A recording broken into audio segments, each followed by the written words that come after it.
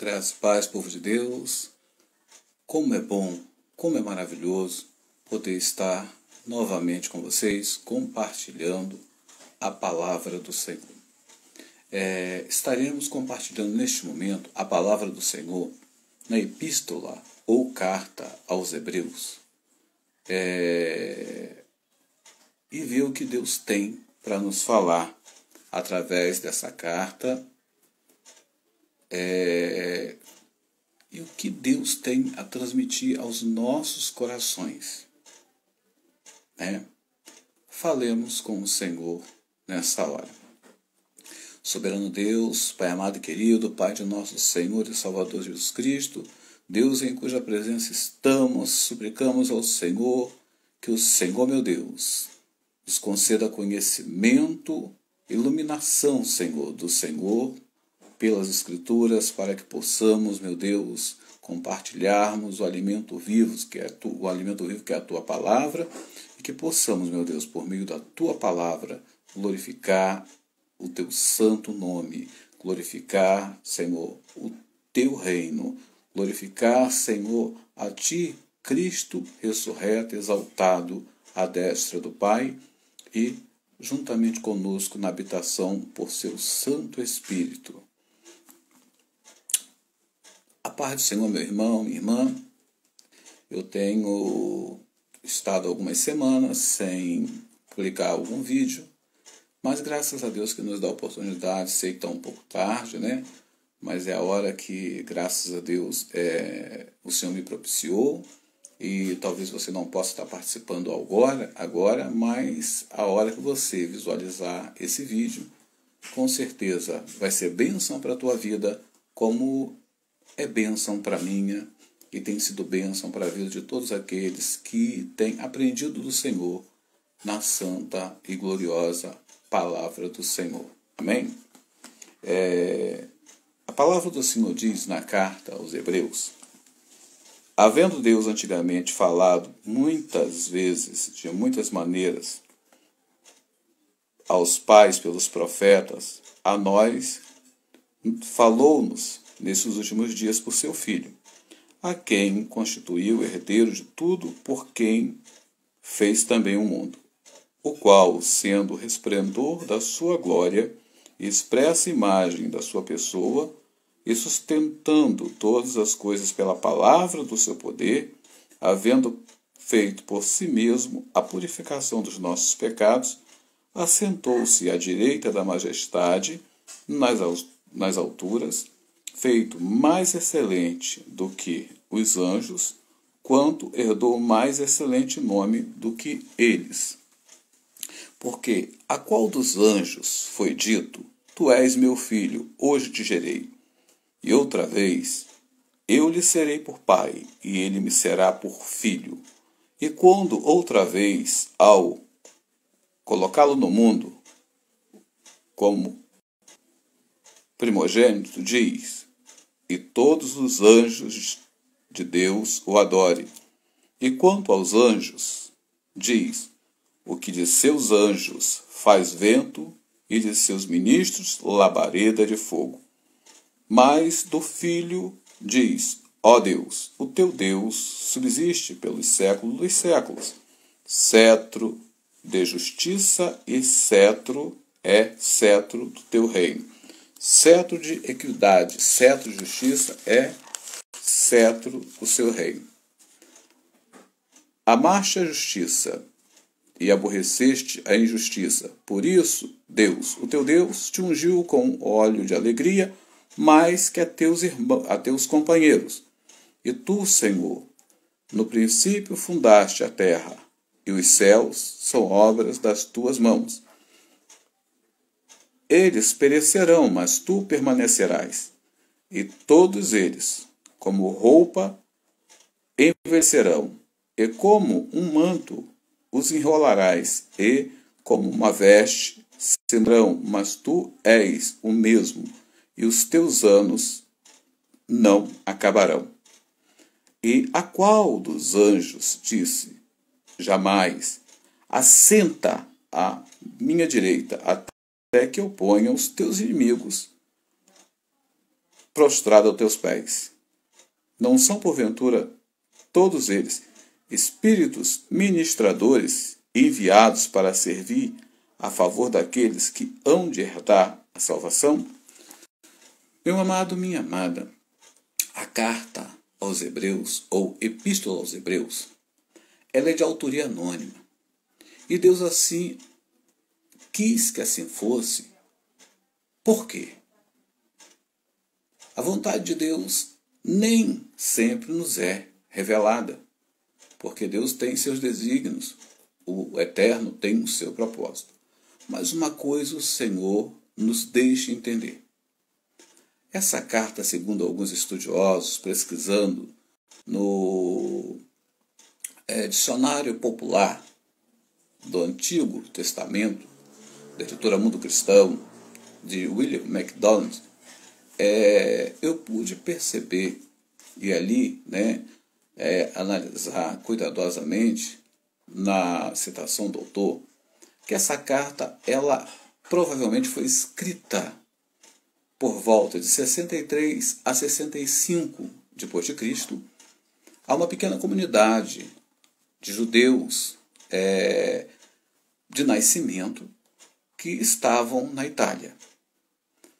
E a preocupação do autor ao escrever a carta é que esses irmãos que lá estavam sofrendo com ataques de dentro da igreja por conta de infiltração de pessoas se dizendo convertidas, mas não convertidas e causando transtorno à fé cristã, à doutrina de Cristo, à doutrina dos apóstolos, palavra do Senhor que era a fé, o amor, a obediência à vontade de Deus, para que por meio dela nós pudéssemos glorificar a Deus na beleza da sua santidade. O que eu quero compartilhar com vocês, li aqui em Hebreus 1, e é muito importante dizer que o autor começa dizendo que Deus, que se manifestava e falava antigamente por meio dos profetas aos antepassados, que agora nesse tempo, na plenitude do tempo, ele se revela, ele se mostra por meio de Jesus Cristo, seu Filho amado. E também ele faz uma revelação na pessoa de Jesus Cristo como o único mediador, como o único capaz de fazer a remissão dos pecados e a reconciliação entre Deus e o homem. A remissão. Ele é agora o mediador de um novo pacto, de uma nova aliança. Essa aliança que não depende da vontade humana, mas ela provém da vontade do Eterno, que por sua vontade envia seu Filho unigênito ao mundo, aonde o mesmo ele passa pelo que os estudiosos citam de kenós, que é o autoesvaziamento de si mesmo para fazer a vontade de outro, ou seja, fazer a vontade de Deus, do Pai.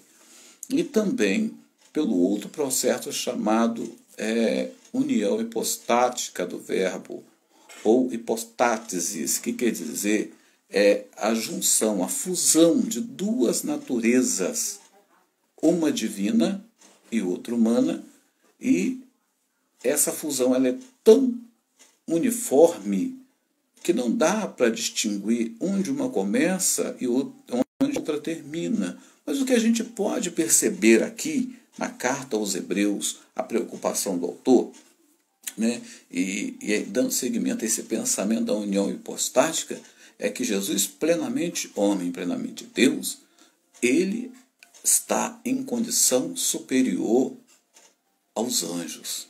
Porque sabemos que Deus se revela ao homem por meio dos anjos, para fazer então o pacto ao povo de Israel, prometendo fazer deles uma grande nação. nós sabemos então que o autor aos Hebreus, ele está preocupado em despertar os hebreus, ou os judeus de nacionalidade judaica, né? Como Hebreus aqui está falando, para que eles não se desviem da fé em Cristo, naquilo que aprenderam com Cristo. E vejamos aqui, no capítulo 6, que alguma coisa está inquietando esses irmãos. Então vejamos o que nos diz o capítulo 6 de Hebreus, né? Vejamos aqui. Pelo que, deixando os rudimentos da doutrina de Cristo, prossigamos a perfeição, não lançando de novo fundamentos de arrependimento de obras mortas e de fé em Deus, e da doutrina dos batismos, e da imposição das mãos, e da ressurreição dos mortos e do juízo eterno. Isso faremos, se Deus o permitir, porque é impossível que os que já uma vez foram iluminados e provaram o dom celestial, e se fizeram participantes do Espírito Santo, e provaram a boa palavra de Deus e as virtudes do século futuro, e recaíram, sejam outra vez renovados para arrependimento.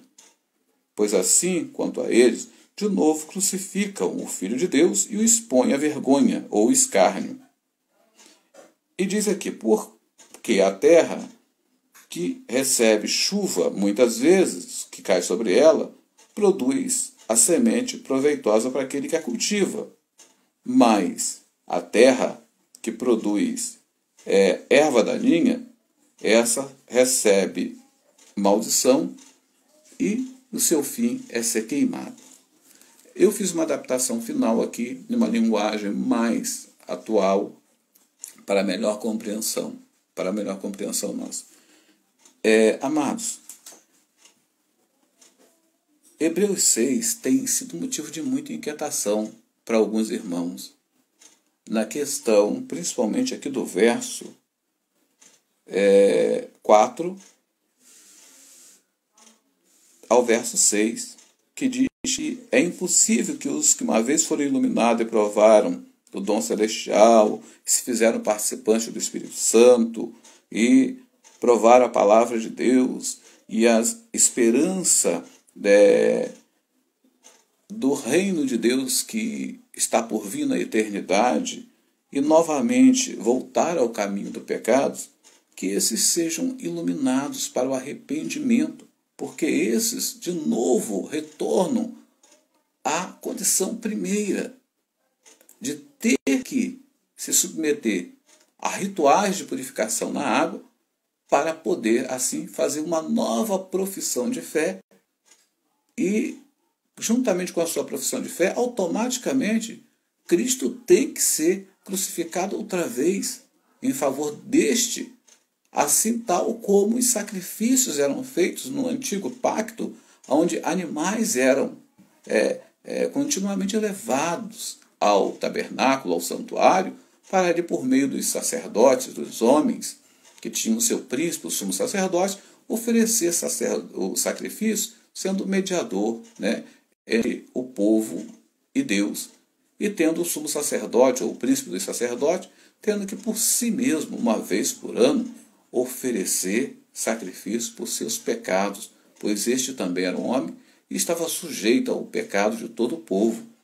E então, para entrar no Santo dos Santos, ele precisava, uma vez por ano, de se purificar, né, de purificar a si mesmo, para também estar em condições. E a coisa era tão séria que o sumo sacerdote tinha em suas vestes sinetes e entrava no Santo dos Santos com uma corda amarrada à sua cintura, para que, se porventura algo desse errado, este mesmo fosse arrastado de lá para fora, para que então Deus desse permissão para que um outro fosse levantado por imposição de mão, pela unção, né? Pela imposição de mão, pela unção, vamos dizer assim, imposição de mão, unção com óleo e todo aquele ritual de lavagem, purificação, para assim então assumir o posto daquele que por sua vez houvera falhado no seu temor, no cumprimento da lei.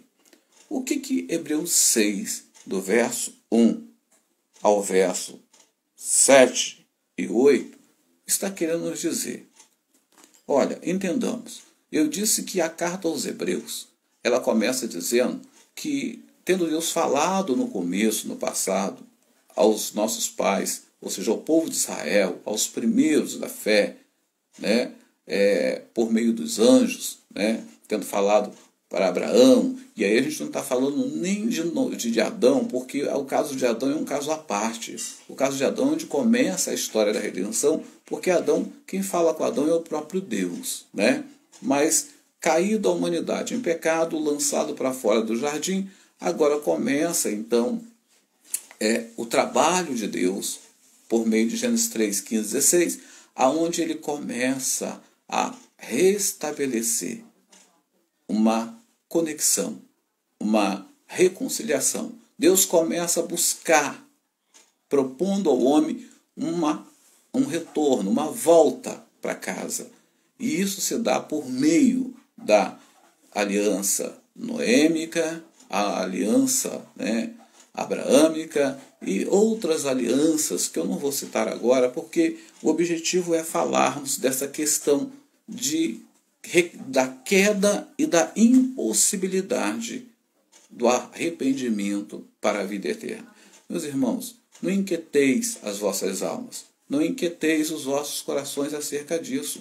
O autor, iluminado, inspirado pelo Espírito de Deus, ele está falando para aquela comunidade pequena, que segundo William MacDonald, está lá no dicionário popular do Novo Testamento, versículo por versículo, é uma referência da qual eu estive meditando, ele diz o seguinte, que naquela comunidade haviam 3 tipos de pessoas.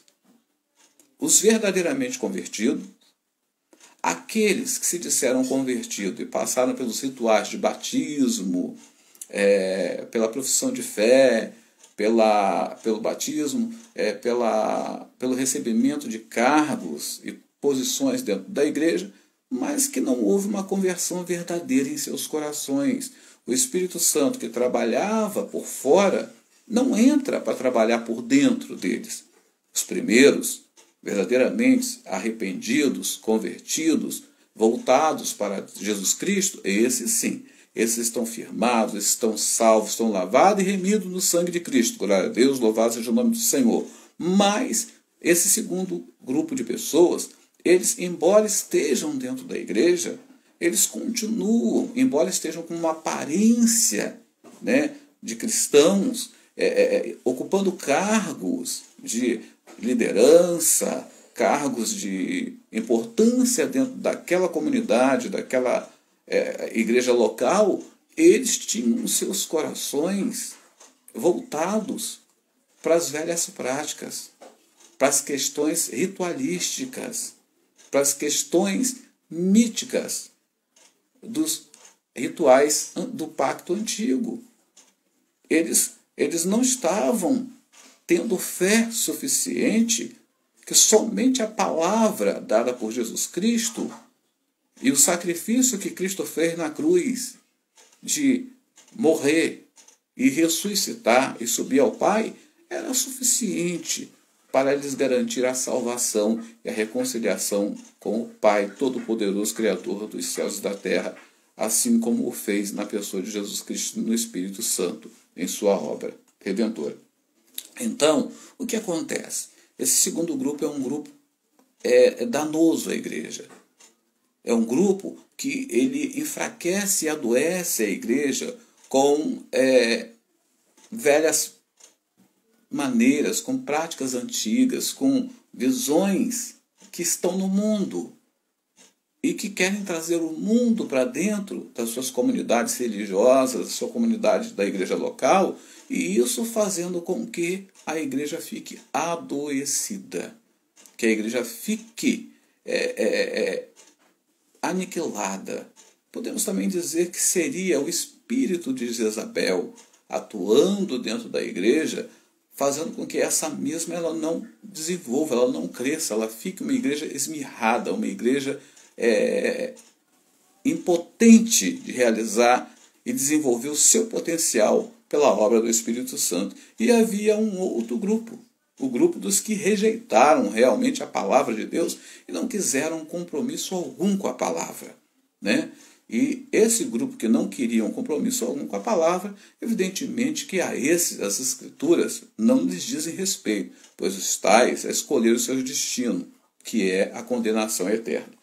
Mas esse segundo grupo, que tendo ouvido o evangelho, tendo visto e sabido dos milagres que Jesus realizou, vendo aquelas pessoas que verdadeiramente eram cristãs, que eram seguidoras de Jesus e que faziam as obras de Jesus, e o Senhor operava milagre por meio dos tais, ainda assim seus corações estavam endurecidos, tal como o povo no deserto.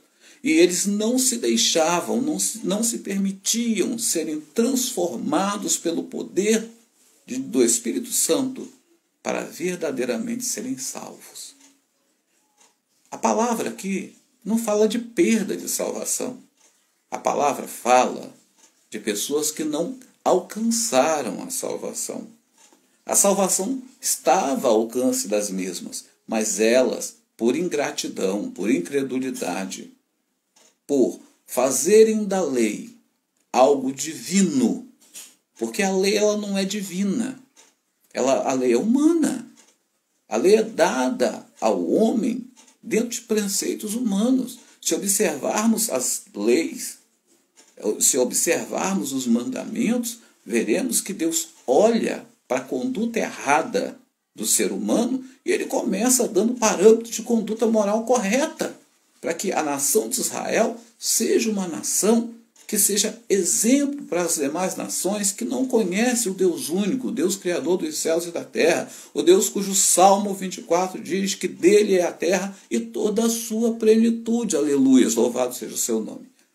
Meu irmão, minha irmã, eu já me inquietei muito em relação a esses versículos 4 a 6. Meu Deus. Então, aqueles que caíram, aqueles que envergonharam o nome do Senhor Jesus, esses estão perdidos para sempre. Mas sobre quais circunstâncias? Sobre em que aspecto as Escrituras aqui estão falando? Primeiro, essa carta é escrita para aqueles hebreus, para aqueles judeus de nascimento que estão numa pequena comunidade da Itália, segundo nos reverencia William MacDonald em seu livro Dicionário Popular do Novo Testamento, versículo por versículo, da editora Mundo Cristão. Se não estou equivocado, página 283, terceiro parágrafo. Mas o que a gente pode entender também, buscando outras fontes e outras orientações acadêmicas, é que, na verdade, Jesus diz: eu sou a videira e vocês são as varas. Todo aquele que está em mim dá fruto, porém aquele que não está em mim, ele não dá fruto e ainda seca. E secando, ele é cortado, é jogado fora e depois é queimado. Jesus fala em sua oração dizendo: Pai, graças te dou, porque de todos que o Senhor me deu, nenhum se perdeu, a não ser aquele que escolheu se perder. Agora, podemos citar um exemplo de pessoas que se enquadram nesse perfil de Hebreus 6, nos versículos aqui 4 a 6. Judas Iscariotes. Judas era um apóstolo. Era. Judas fez milagres? Fez. Judas andou com os 11, sendo ele um dos 12? Sim, andou. Mas qual era a visão de Judas? Qual era a visão do reino? Judas buscava um reino que não era o reino proposto por Jesus. Porque Jesus, estando diante de autoridade, quando questionado, ele disse: o meu reino não é deste mundo, porque se fosse, meu pai já teria tomado providência acerca do que eu preciso. Você diz que eu sou rei, e é verdade, eu sou, mas meu reino não está neste mundo. Meu reino veio buscar os meus filhos que estão neste mundo. Então, assim como Judas, né, experimentou da palavra de Deus, experimentou do poder de Deus, experimentou das manifestações do Espírito Santo, mas em seu coração, Judas não vivia essa verdade, porque a própria palavra de Deus diz que Judas, ele era infiel. Judas, ele era desleal no cuidado com a tesouraria dos apóstolos. Judas, ele tinha preocupação com gastos com necessitados, porque ele roubava da tesouraria dos apóstolos. Jesus, em João, no capítulo 6, no verso 70, ele diz: eu não vos escolhi a vós 12, porém um entre vocês é um diabo. A palavra diabo aqui, com conotação no grego, quer dizer caluniador, fofoqueiro, ou aquele que fala o que não deve ser falado. E ainda pior, fala aquilo que não conhece. Ele semeia discórdia, ele é um propagador de contendas. Ele nada sabe fazer para construir, a não ser para destruir, causando o quê? Dúvida nos novos na fé, causando esfriamento naqueles que estão enfraquecidos em suas lutas. Ora, os cristãos aqui, eles estão sofrendo perseguições. Como eu disse, a carta, ela está datada aproximadamente, segundo os historiadores, de 63 a 65 depois de Cristo, tendo uma ênfase no ano 64, onde Nero inicia uma perseguição sangrenta aos judeus, aos cristãos, pondo neles a culpa do incêndio em Roma. Incêndio esse que a história conta que foi o próprio Nero que incendiou Roma. Mas a culpa recai sobre os cristãos. E nesse mesmo período, nós sabemos que a história secular conta que Paulo fora decapitado e martirizado. E não só Paulo, como outros tantos. Então esta igreja estava passando dois tipos de perseguições.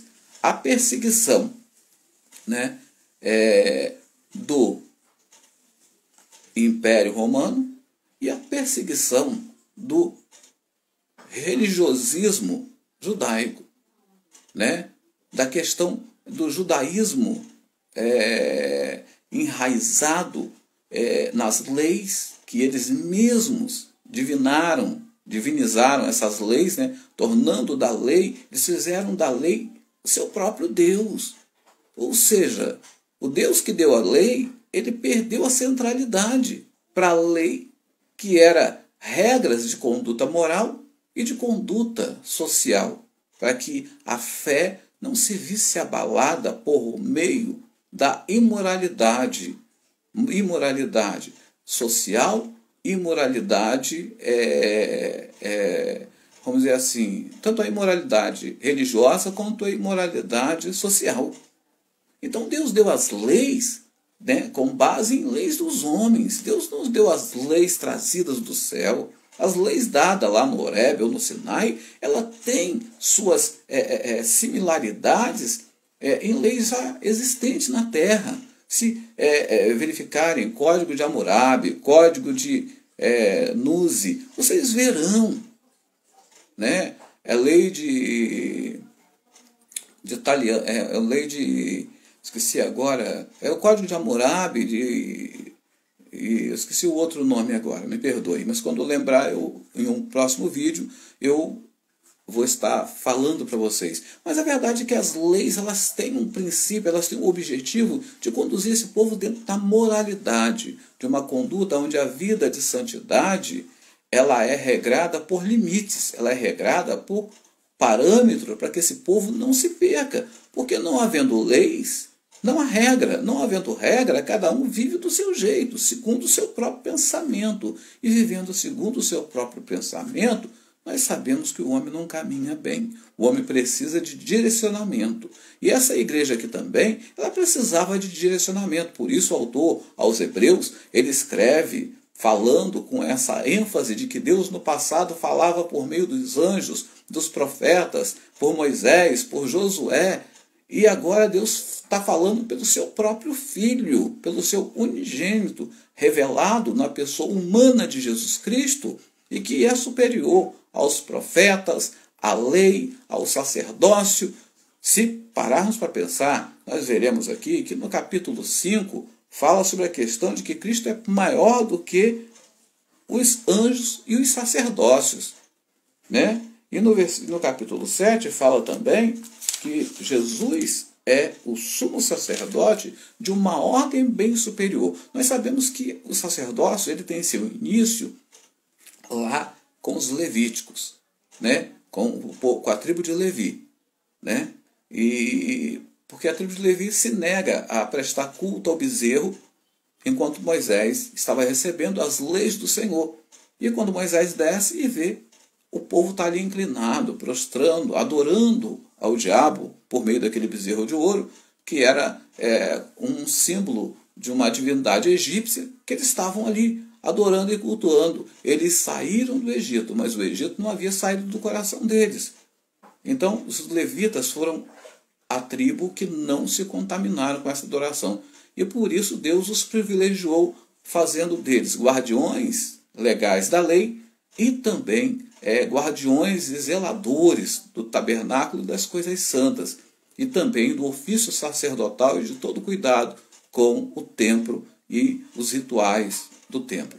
Mas agora, Jesus ele vem como um novo pacto, como uma nova aliança, trazendo de Deus a expressa revelação da vontade de Deus, a expressa manifestação de quem é Deus, da pessoa paterna de Deus, do amor que Deus tem por cada um de nós. E quando fala aqui, olha, deixando de lado princípios, rudimento. O que é rudimento? Rudimento é aquilo que é básico.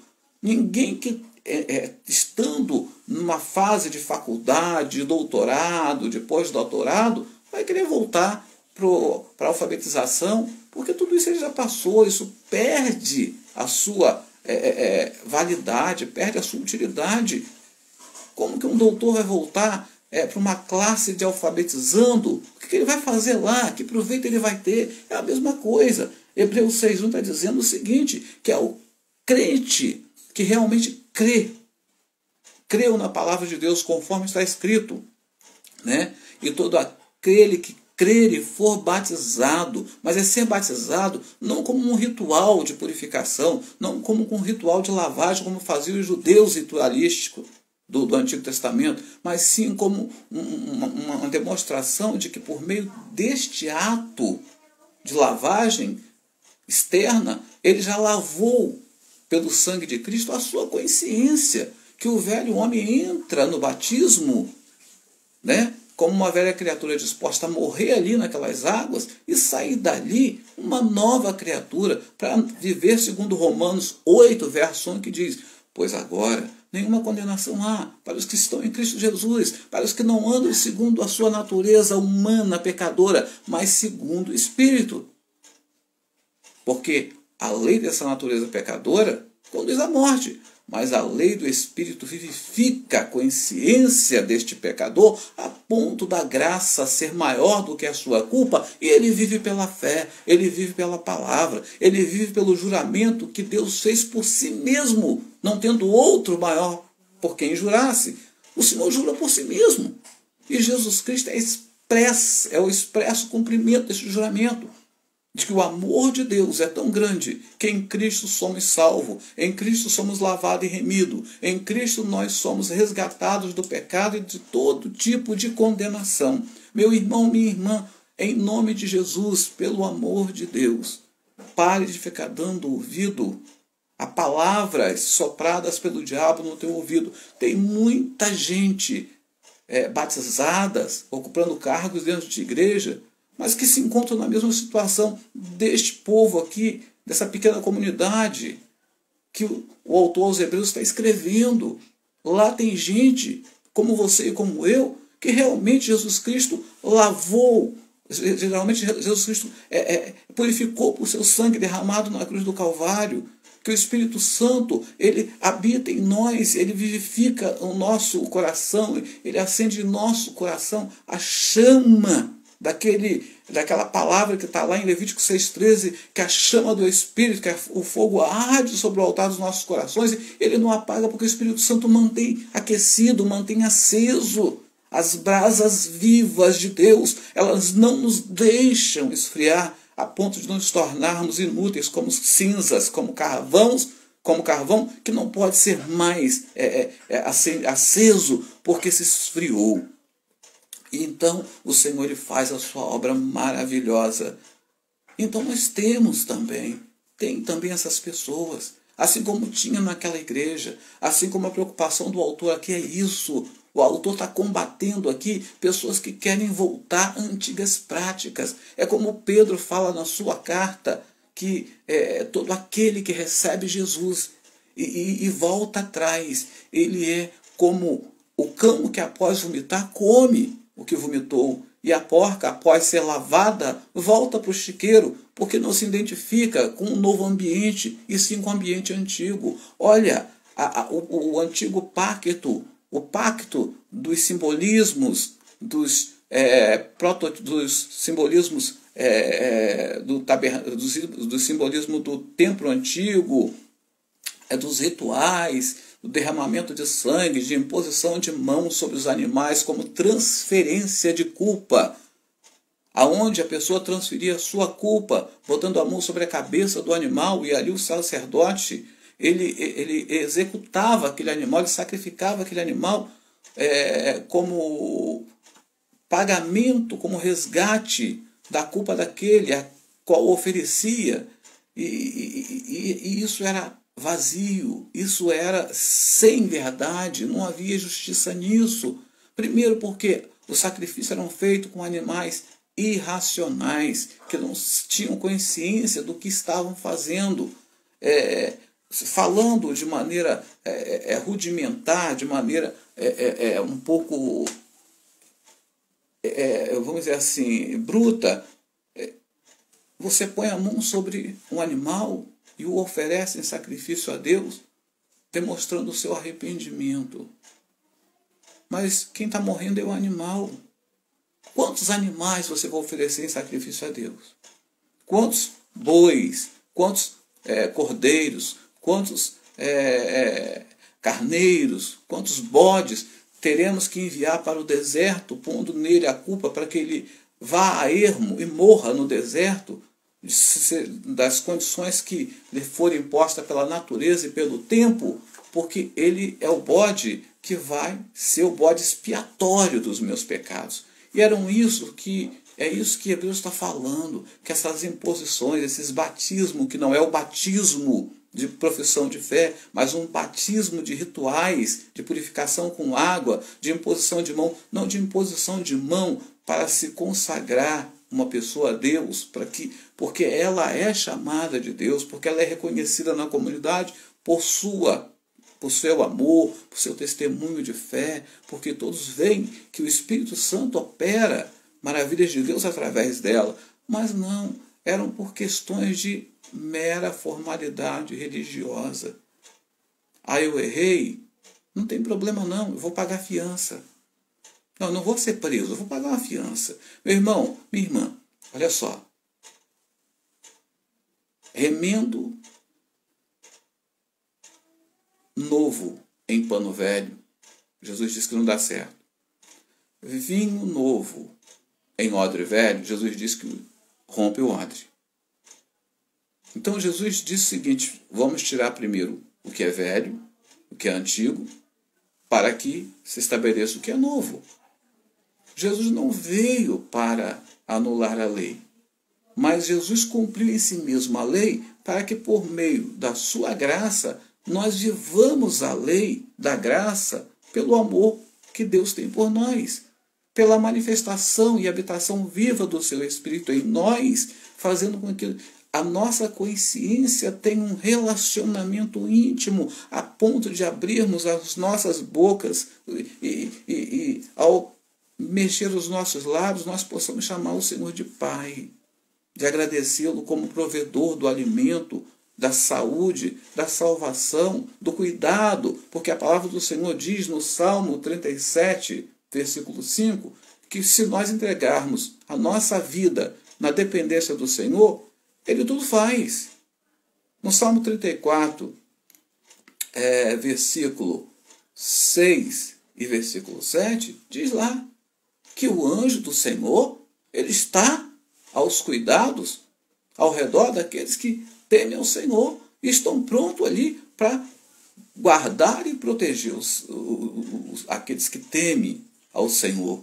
Porque da parte de Deus eles são ministros, eles são trabalhadores celestiais, cooperando com o quê? Cooperando com o evangelho da salvação, que é anunciado por nós, que é função nossa, que é função da igreja. Mas a igreja aqui, segundo o autor, ela está sofrendo pela perseguição externa, que é a perseguição dos incrédulos, e sofrendo pela perseguição interna, que é daqueles que se dizendo transformados, que se dizendo mudados, se dizendo cristãos, na verdade, eles não mudaram nada. Entraram pecadores seco, saíram pecadores molhados.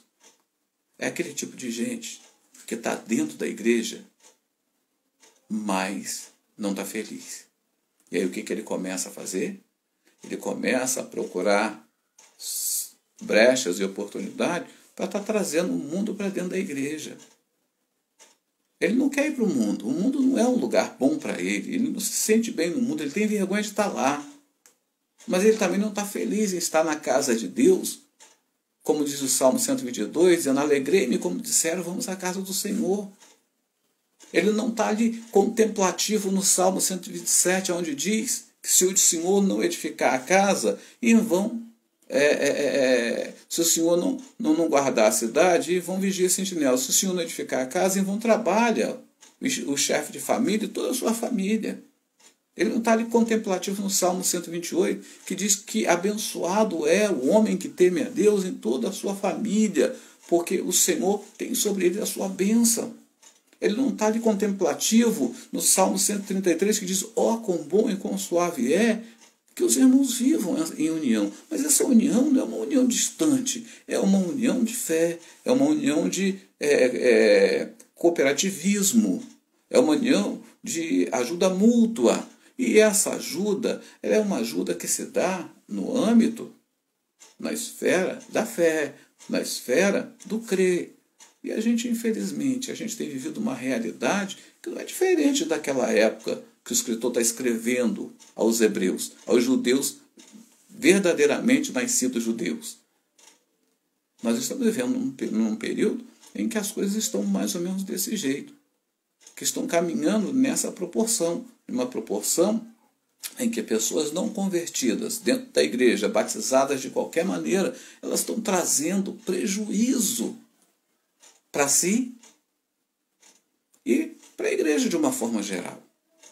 Para si, porque não foram transformadas para serem salvas. Para a igreja, porque acabam por atrapalhar os salvos na caminhada, no trabalho, na condução daquilo que Deus já tem para fazer para aquele que é salvo. É como alguém que está em um barco e esse barco está vazando e você tira a água, joga para fora e alguém pega a água de fora e joga para dentro. Ou seja, é uma luta constante. E o que a gente percebe é que a maior luta da igreja hoje não é contra o diabo, não é contra as portas do inferno. Porque essas estão vencidas, essas estão derrotadas pelo poder da palavra, do nome, do sangue de Jesus, porque ele assim falou e ele assim determinou. Mas nós estamos vendo igrejas doentes, formada de cristãos doentes, de pessoas que não sabem se são salvas ou não, de pessoas que precisam de gurus espirituais para dizer o que precisa ou não fazer, de pessoas que não têm iniciativa, porque o Espírito Santo não atua dentro da sua consciência, pessoas que não sabem prestar um culto em espírito e em verdade. Por quê? Porque a consciência ela está cauterizada, ela está como uma ferida que o bisturi cirúrgico foi lá e queimou, e aquele lugar não vitaliza, não é irrigado mais. de forma que tenha vida naquele lugar. É cicatrizado, é fechado, se estanca a hemorragia, mas só fica a cicatriz, não há nada ali que se aproveite. Meu irmão, minha irmã, que o Espírito Santo guarde você, que Ele abençoe a sua casa, a tua vida. Guarde isso no seu coração. Nós estamos aqui falando de 2 pactos e da transição do que era para o que é. Porque o que era sombra do que é Jesus Cristo, tabernáculo vivo entre nós. Tal como o tabernáculo antigo estava rodeado pelas 12 tribos, e a lei, e os profetas, e todos os seus contextos históricos e ritualísticos, Jesus Cristo, agora, Filho de Deus, ele está em volta dos seus discípulos, do qual se tornam apóstolos, mensageiros enviados, e neste contexto o próprio Jesus fala para Pedro e para os demais, olha, sobre esta pedra fundamental, o apostolado, eu construo a minha igreja, e as portas do inferno não têm sucesso contra ela, porque essa igreja é construída pelo sangue de Jesus. Essa igreja é construída pela palavra de Deus. Essa igreja é construída por pessoas, pela eclésia do grego, quer dizer, de pessoas que foram separados para fora da contaminação, para fora dos desejos de viver uma vida largada, solta, sem regras, sem justiça de Deus. E a gente não está falando de formalismo, de legalismo de lei. A gente está falando da lei de Deus, que é a lei que diz no meu coração que Cristo morreu por mim na cruz e por isso eu sou salvo. Pela graça eu sou salvo. E essa graça me faz ter uma fé ativa, uma fé viva, que faz com que eu me movimente produzindo obra. E essa obra, então, ela dá testemunho da minha fé. Porque a gente vê, às vezes, questões como Paulo dizendo que a salvação é pela fé, e é verdade. E a gente vê Tiago dizendo que a fé sem obra é morta, também é verdade. Porque o salvo, por ser salvo, ele não para, ele está em constante movimento, porque o Espírito Santo o conduz em direção ao crescimento do reino, para que as pessoas alcancem a palavra. Para que, ao ouvir a palavra, como está lá em Romanos 10, 17, elas tenham fé, porque a fé vem pelo ouvir. Buscai o Senhor enquanto se pode achar, invocai enquanto está perto. Isaías 55, versos 5 e 6. Que Deus te abençoe, que Deus te guarde, que você entenda que mudanças são necessárias na nossa vida, na nossa consciência, para que a gente possa entender o melhor de Deus e tudo que Deus tem para fazer em nossa vida. Pai amado e querido, em nome de Jesus, eu quero agradecer ao Senhor por este momento, na Tua presença, glorificar o Senhor na beleza da Tua santidade, pedir que o Senhor visite os lares, os hospitais, os presídios. Senhor, que o Senhor esteja com essa pessoa em sofrimento, que o Senhor esteja, Senhor, com essa pessoa enferma, que o Senhor esteja com essa pessoa, meu Deus, que suplica pelo agir, pelo socorro do Senhor. Meu Deus, obrigado pela oportunidade, meu Deus, está, meu Pai, gravando mais, Senhor, esse vídeo, meu Deus, para que pessoas possam futuramente estar assim, meu Deus, sendo abençoadas por Tua palavra. Porque, Senhor, a minha bênção já é essa, é poder estar falando do amor do Senhor, falando da graça do Senhor. Ó Santo Espírito de Deus, toca agora, Senhor, nessa pessoa, toca na saúde emocional dessa pessoa, toca na condição financeira dessa pessoa, toca, Senhor, no relacionamento dessa pessoa, toca, meu Deus, na libertação desta pessoa, promove libertação na vida dessa pessoa. Pai querido e amado, vai tirando tudo aquilo que não é, Senhor, do Teu agrado, e vai, Senhor, formando o caráter dessa pessoa, Senhor, segundo a obra do Teu Espírito, segundo o agir do Teu Espírito, segundo o poder da Tua palavra, pelo poder do sangue que o Senhor derramou naquela cruz, Calvário, pelo amor que o Senhor, meu Deus, demonstra por nós, Senhor, vindo a este mundo, passando pelo processo de humilhação na encarnação, Senhor, passando pelo processo de humilhação na crucificação e morte, mas também exaltando, Senhor, a si mesmo, meu Deus, pela sua ressurreição e glorificação e a sua ascensão à destra do Pai. Pai amado e querido, em nome de Jesus, abençoa as autoridades dessa nação, abençoa as autoridades de toda a terra. Pai, que a paz do Senhor habite os corações, Senhor, daqueles, meu Deus, que desejam a paz, e que a paz do Senhor alcance o coração daqueles, meu Deus, que não têm paz nem para si e nem para os demais. Meu Deus, eu te suplico, eu te invoco, meu Deus, este é o meu pedido, meu Deus, como servo e como salvo, lavado e remido pelo poder do teu sangue e da tua palavra. Que o amor de Deus, que a graça de nosso Senhor e Salvador Jesus Cristo, que as ricas consolações do Espírito Santo seja com a sua casa, com a minha casa e com a igreja do Senhor, neste tempo e em qualquer tempo, em nome de Jesus. Amém.